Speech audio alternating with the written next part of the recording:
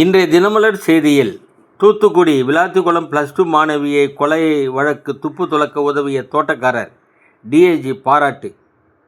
Mobile போனில் படம் எடுத்ததால் கொலையாளி சிக்கியுள்ளார்.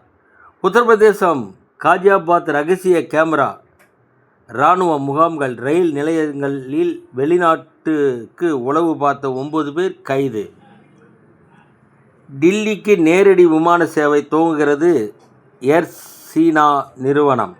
டில்லி RSS அமைப்புக்கு தடை விதிக்க பரிந்துரை செய்த அமெரிக்காவின் சர்வதேச மத சுதந்திர ஆணையத்திற்கு 275 ஓய்வு பெற்ற நீதிபதிகளும் IAS அதிகாரிகள் இராணுவ உயரதிகாரிகளும் கடும் கண்டனம் தெரிவித்துள்ளனர். வருமான வரியாக 6,338 கோடி ரூபாய் செலுத்த வலியுறுத்தி ஸ்டேட் பேங்க் ஆஃப் இந்தியா வங்கிக்கு வருமான வரித்துறை நோட்டீஸ்.